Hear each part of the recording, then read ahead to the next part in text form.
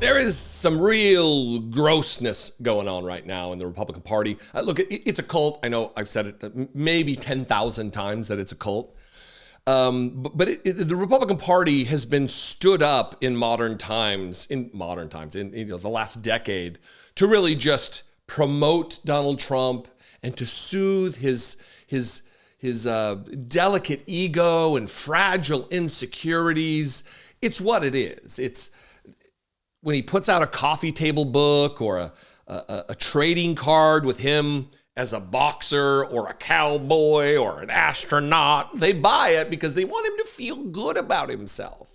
And this doesn't just apply to the unwashed, low information horde of MAGA voters. This also is Congress, who oftentimes gets their marching orders from Fox News, who really is an organized layout, the whole method to make Donald Trump feel good. Here's a headline from The Hill. This is Darrell Issa. Republican says he's nominating Trump for Nobel Prize. You might wonder, well, where Darrell Issa, who really is just a bootlicking ass kiss, Southern California congressman who lost his race in a more northern county, a more northern district, and then ran in another district more south so he could actually keep his seat. Used to be one of the wealthiest members of Congress.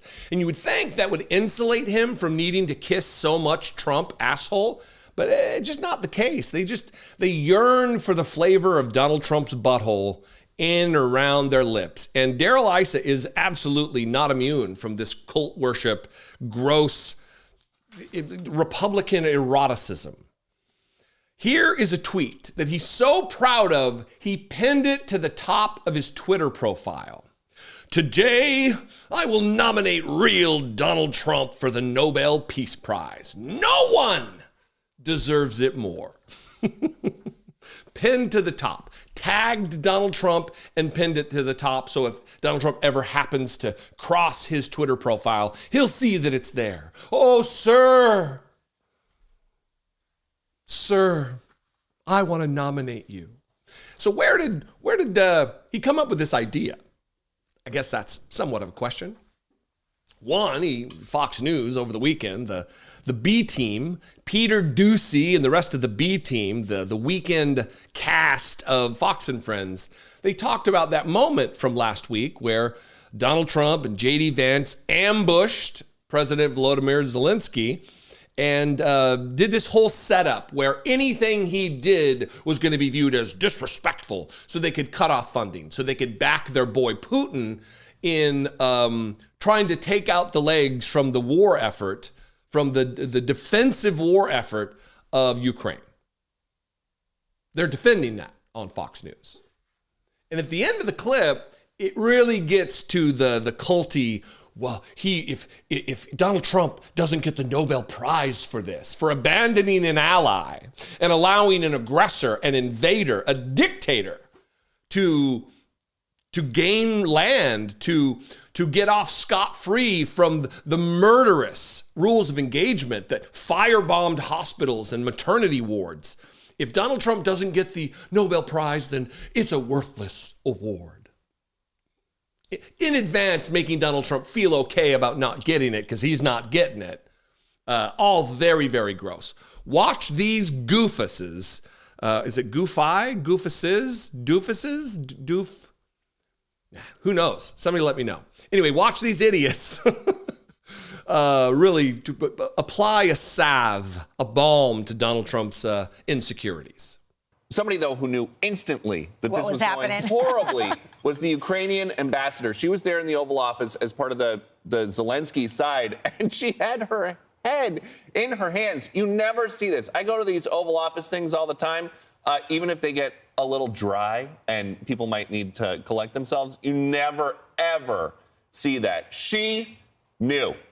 Yeah, I think everyone knew, though. I mean, she just didn't have a poker face about it. I mean, everybody, I mean, we knew watching this, we're like, the whole thing's falling apart. Here's what I think, you guys. I think that Zelensky kind of embodies the whole ungrateful European attitude. in general. The sense of entitlement, the sense that America's always going to be there to hand out money and protect them and fix things. And now they're sort of waking up like, this guy really means it. And this thing was, and also the fact that we're seeing it all play out in, we've never seen these kind of negotiations play out on TV like this. It's remarkable. No, and I went to Poland twice with Biden after the war broke out and then for the year anniversary.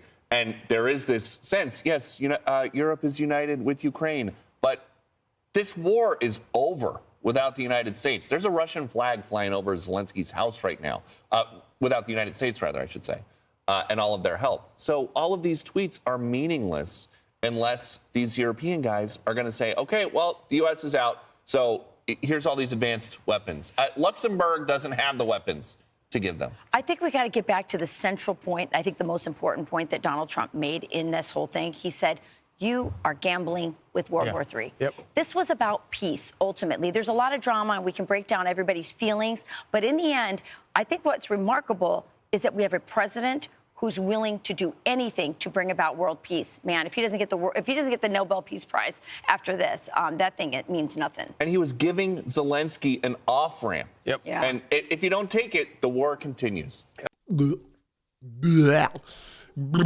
Gross. And that doesn't leave a bad taste in your mouth. It certainly should put a bad taste in their mouths. I'm just watching it, and by virtue of me viewing it, I'm feeling grossed out by the flavor and the taste of Donald Trump's rectum that must just be all in their mouth because they are just kissing ass. That is a brown nose masterclass right there. That Donald Trump, again, Donald fucking Trump deserves the Nobel Peace Prize. They wanted him to have it for the Abraham Accords when he brought peace to the Middle East. And how'd that work out? The peace in the middle, the lasting peace accords that Donald Trump brought us. Yeah. These people are shameless freaks. What do you think, though? I invite you to this conversation. You can comment below. You can also call the voicemail line, 714-576-4054. And, of course, as always, you can email me daily@dollemore.com. Follow me on social media if you're there. If you like spending time and ruining your day doom scrolling, you can doom scroll with me. I'm at Dollemore just about everywhere. Not on the Nazi Twitter, but everywhere else. Love to see you there. And if you can help support this work, and if I bring you value enough for you to think that $2 a month is worth it, then please click the join button below to become a channel member. You can do just that. Become a channel member for $2 a month, or go to patreon.com/IDoubtItPodcast. Love and appreciate you very much. Thanks for your activism, your organization, and your concern for the country. I'll see you next time. Be genuine. Take care of one another.